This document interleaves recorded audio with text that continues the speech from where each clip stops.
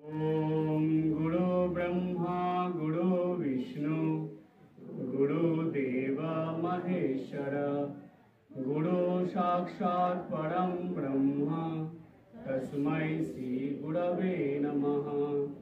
ओम स्थापकाय च धर्मस्य सर्वधर्म स्वरूपिणे अवतार वरिष्ठाय रामकृष्णाय ते नमः। यथाग्निर्दाहिका शक्ति रामकृष्णे स्थिता हिया सर्वविद्या स्वरूपान्तां शारदां प्रणमाम्यहम्।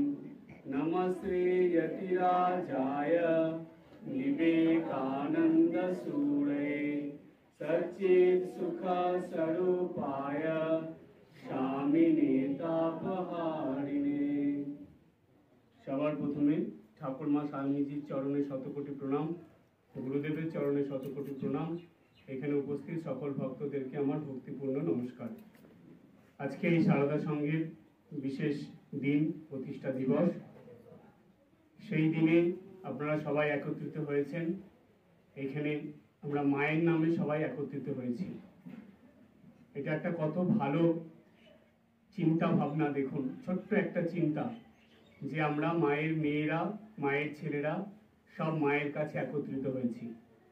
দেখবেন যে ছেলে মেয়েরা যখন বাইরে বাইরে থাকে, তো মা বাড়িতে আছে, তো কোনো একটা অনুষ্ঠানে যখন সবাই বাড়িতে আসে, তখন দেখবেন তাদের নিজেদের মধ্যে যতটা আনন্দ, মায়ের মুখের দিকে তাকিয়ে দেখবেন মার কতটা আনন্দ। তো সুতরাং আজকে মা কিন্তু খুবই আনন্দিত হয়ে আছেন। আনন্দময়ী মা আমাদের, তিনি সর্বদাই আনন্দেই থাকেন। তার ভিতরে তো আনন্দের ঘট বসানো, কিন্তু তবুও তাদের সন্তানকে পেলে মার যেন আরো বেশি আনন্দ। আজকে সেই মায়েরই এমন তিনটে ঘটনা বলবো, যে তিনটে ঘটনা আমাদের দৈনন্দিন জীবনের খুবই প্রয়োজনীয় এবং গুরুত্বপূর্ণ ঘটনা, যেটার দ্বারা আমরা নিত্যদিনের জীবনকে ঠিক মায়ের আরো বেশি কাছের করে দিতে পারি। সবার প্রথম যে ঘটনাটা বলবো, সেই ঘটনাটা হলো যখন যেমন তখন তেমন। এই কথাটা মা যে শুধু উপদেশ বা বাণী হিসাবে আমাদের সবাইকে বলেছেন তা নয়, এটা শ্রীমা নিজের জীবনে পালন করে দেখিয়ে গেছে। ঘটনায় আসি।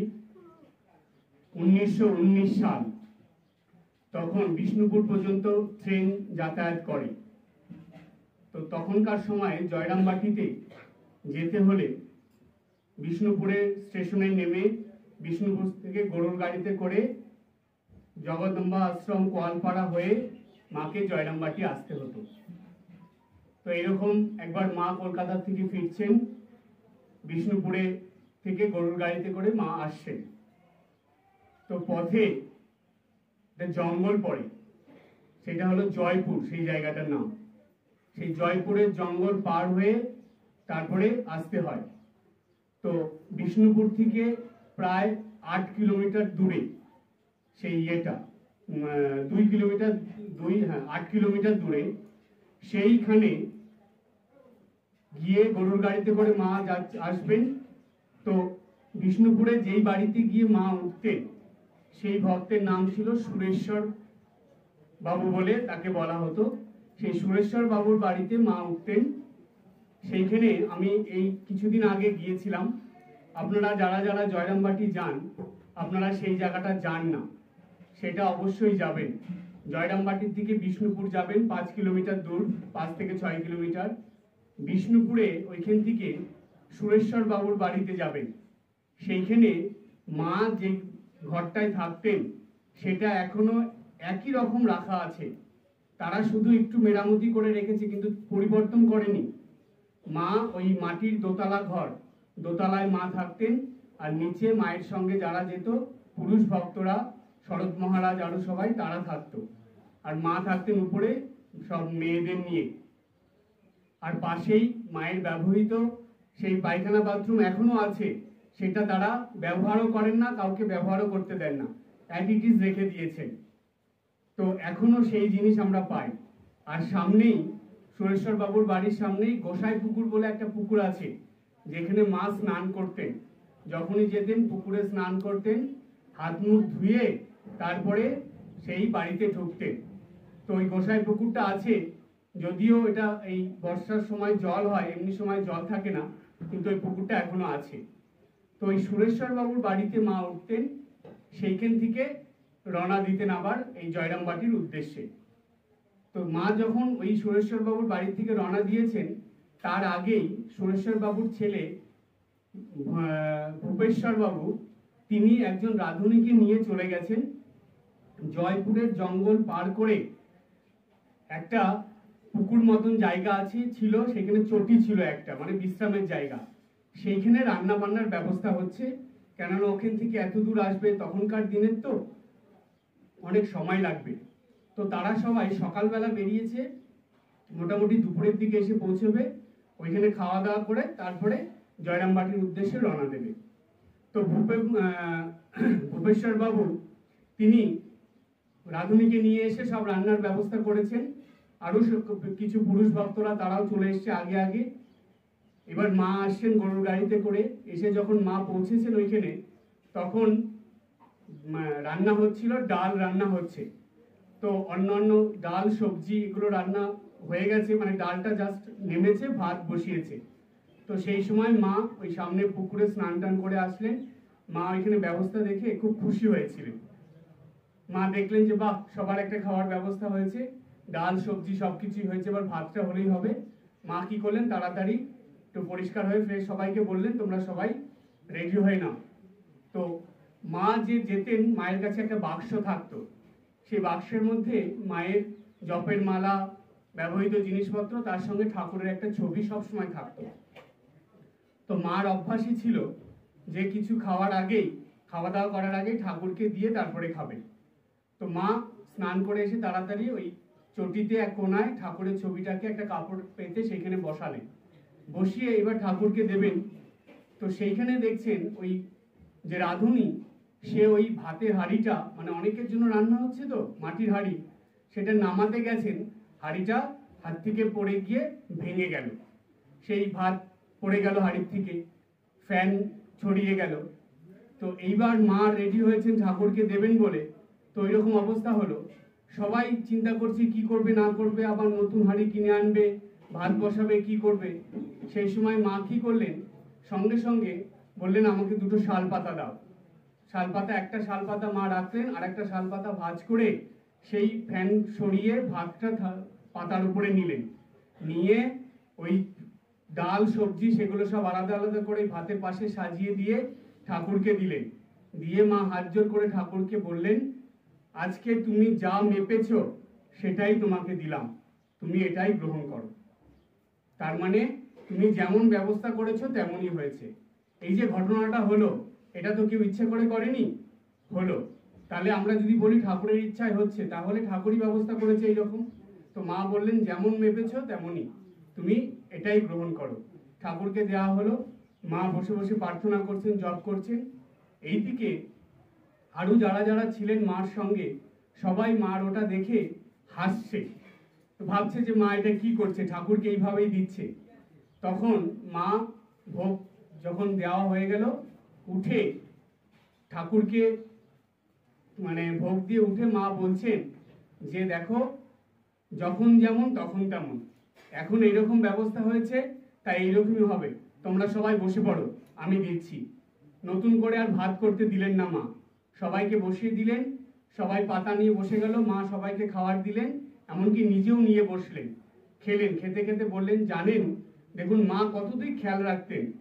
ওই যে রাঁধুনি, ওনার তো মন খারাপ হয়ে আছে যে কত বড় একটা অন্যায় করে ফেলেছে, সে মানে জড়সড় হয়ে আছে ভয়ে। মা ওনার ওইটা বুঝতে পেরে খেতে খেতে মা বলছেন, বাহ খুব ভালো রান্না হয়েছে, খুব স্বাদ করে খেলাম। তখন রাঁধুনির মুখে হাসি ফুটলো, তার মধ্যে থেকে ভয় কেটে গেল। তাহলে দেখুন, যখন যেমন তখন তেমন, মা তো সেই পরিস্থিতি সামলে দিলেনই, আবার একজনের মন খারাপ ছিল সেটাও ঠিক করে দিলেন। তো শিক্ষাটা কি আমাদের এই ঘটনার থেকে? সংসারে পরিবারে এরকম অনেক ঘটনা হয় যেখানে আমরা বিরক্ত হয়ে যাই, যেখানে আমরা অপরকে বকাবকি করি, অপরের সঙ্গে রাগারাগি করি। কিন্তু মার সত্যিকারের যদি সন্তান আমরা হই, যদি মায়ের ভক্ত হই, তাহলে আমাদের যেন এই শিক্ষাটা মনে থাকে। আমরা ঠান্ডা মাথায় সব পরিস্থিতি সামলে নেব এবং সেই সঙ্গে যাদের মন খারাপ তাদের মুখেও হাসি ফোটানোর জন্য ব্যবস্থা করব। এই হলো মায়ের শিক্ষা, যখন যেমন তখন তেমন। প্রথম ঘটনা বললাম, এবার দ্বিতীয় ঘটনায় আসি। আমাদের কৃপাময়ী মা তার ইচ্ছা হলে বা তার কথাতে যে অসম্ভব সম্ভব হয়ে যায় তার প্রমাণ। মা আছেন জয়রামবাটিতে। একদিন রাত প্রায় 10টা বাজে একজন বুড়ো মানুষ এসেছে, বয়স্ক মানুষ এসে শরৎ মহারাজকে ডাকাডাকি করছেন। তো শরৎ মহারাজ অনেক রাত পর্যন্ত জেগে থাকতেন, লেখালেখি করতেন।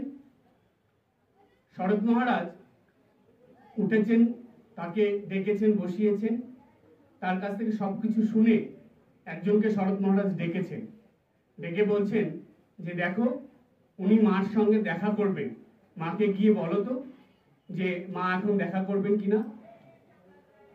তখন মাকে গিয়ে যখন খবর দেওয়া হলো, মা তখন বললেন, উনি গিয়ে দেখছেন সেই ভক্তটা যে মা অপেক্ষা করে আছেন, দাঁড়িয়ে আছেন।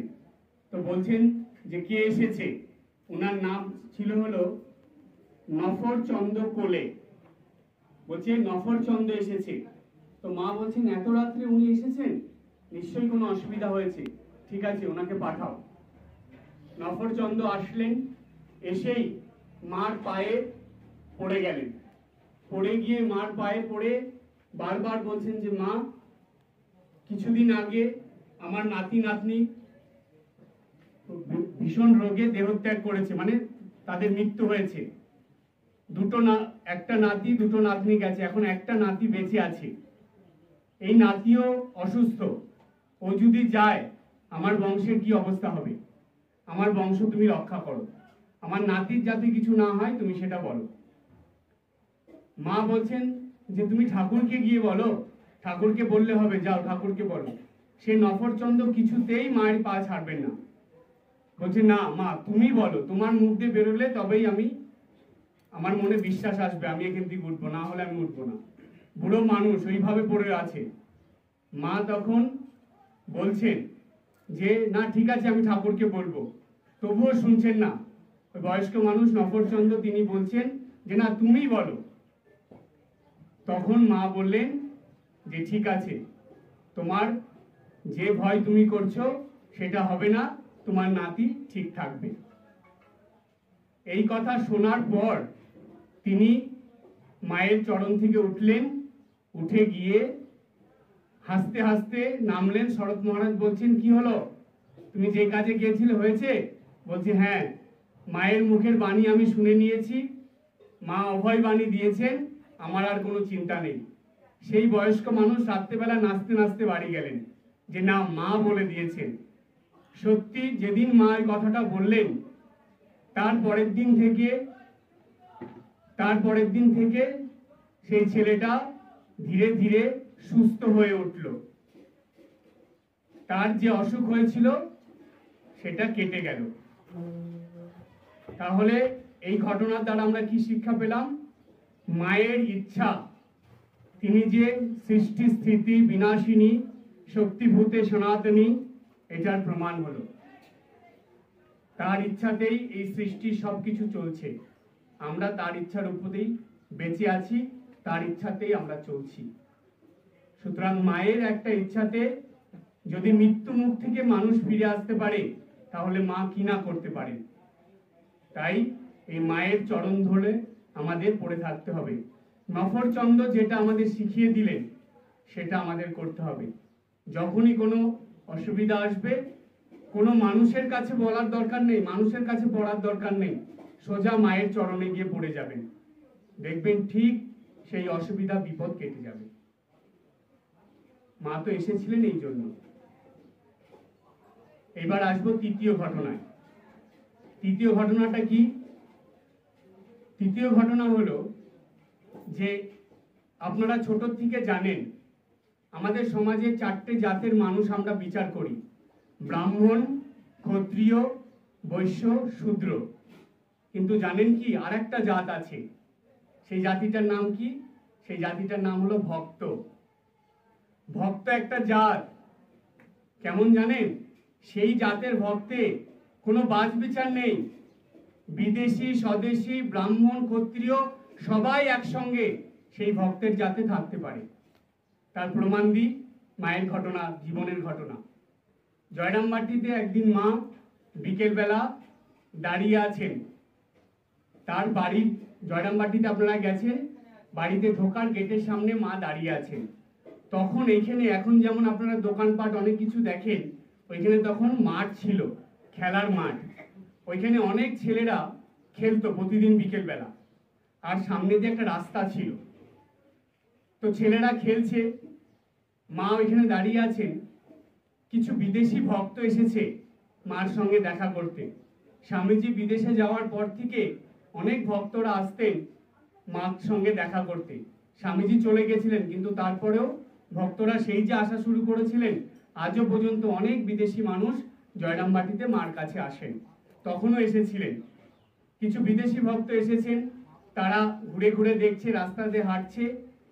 তো ওই ছেলেগুলো খেলা থামিয়ে দিয়েছে। থামিয়ে দিয়ে ছেলেগুলো বলছে যে, একজন আরেকজনকে জিজ্ঞেস করছে, আচ্ছা এরা কারা বলতো, এদের তো আগে দেখিনি, কারা এরা, কোথা থেকে এসেছে? তখন আর একটা ছেলে বলছে, আরে এরা তো ভক্ত, এরা তো ভক্ত, এরা এখানে ঘুরতে এসেছে। তখন এরা আরেকটা ছেলে বলছে, ধর ভক্ত কি, এরা তো বিদেশ থেকে এসেছে, এরা বিদেশি জাতি। বলছে, না না না, এরা ভক্ত, এটাই ওদের জাত। মা কথাটা শুনলেন। শুনে যখন বিকেলবেলা সবাই এসেছে, কথা বলছেন, বলতে বলতে বলছেন, দেখেছো ছেলেরা কত সুন্দর কথা বললো, যে ভক্ত একটা জাত। ওরা বলছে যে আমার কাছে যারা আসে এরা হলো ভক্ত। তার থেকে মার কাছে যারাই আসতো তারা কোথার থেকে এসেছে, বিদেশি না স্বদেশি, ব্রাহ্মণ না ক্ষত্রিয়, কোনো বিচার ছিল না। গ্রামের ওই জয়রামবাটি সবাই বলতো এরা ভক্ত। তাহলে ভক্ত একটা জাত। জানবেন, আমরা এই যে ভক্ত মার কাছে আসি, ঠাকুরের কাছে আসি, আমরা কি কখনো জিজ্ঞেস করি, কখনো বলি? আমরা সবাই একসঙ্গে মিলেমিশে কাজ করি।